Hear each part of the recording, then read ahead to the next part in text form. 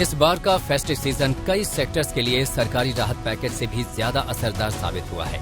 पिछले साल कोरोना की पहली लहर के बाद सरकार ने कई सेक्टर्स को रियायतों की सौगात दी थी, लेकिन उन राहत पैकेजों ने भी इकोनॉमी में जितना दम भरा था उससे कहीं ज्यादा फायदा इस बार के फेस्टिव सीजन में मिला है।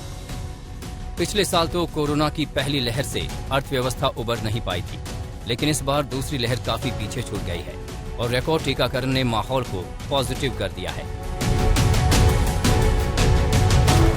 लोगों की खरीदारी से दुकानदारों कंपनियों के पास पैसा पहुंच रहा है। सरकार का टैक्स कलेक्शन बढ़ रहा है। कंपनियां डिमांड बढ़ने से प्रोडक्शन में इजाफा कर रही हैं और ज्यादा कर्मचारियों को काम दे रही हैं। ये कर्मचारी अपनी कमाई को खर्च कर रहे हैं और हर तरफ तेजी का माहौल बन रहा है।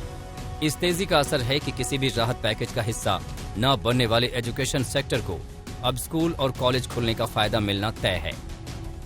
इससे किताबों, stationery, school uniform, tuition, transport समेत कई क्षेत्रों में कारोबार शुरू होगा और ये पटरी पर लौट पाएंगे। ऐसे ही एयरलाइंस और रेलगाड़ियों के फिर से चलने, थिएटर, रेस्टोरेंट, मॉल्स और बाजारों के खुलने से रोजगार के मौके बढ़ने लगे हैं, जो खर्च बढ़ाने में मदद कर रहे हैं।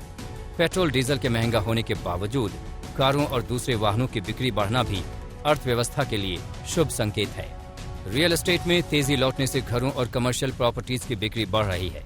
इससे निर्माण, सीमेंट, टाइल्स, पेंट और सैनिटरी वेयर कंपनियों को फायदा मिलने की उम्मीद है।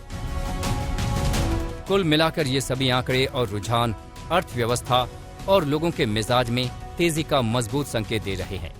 साफ है कि भारतीय अर्थव्यवस्था को फिर से पटरी पर लौटने में देश की बड़ी आबादी से मदद मिल रही है। यानी अगर कोरोना का कोई और अटैक नहीं हुआ तो फिर भारत दुनिया में सबसे तेजी से बढ़ने वाली अर्थव्यवस्था के टैग को बरकरार रखेगा।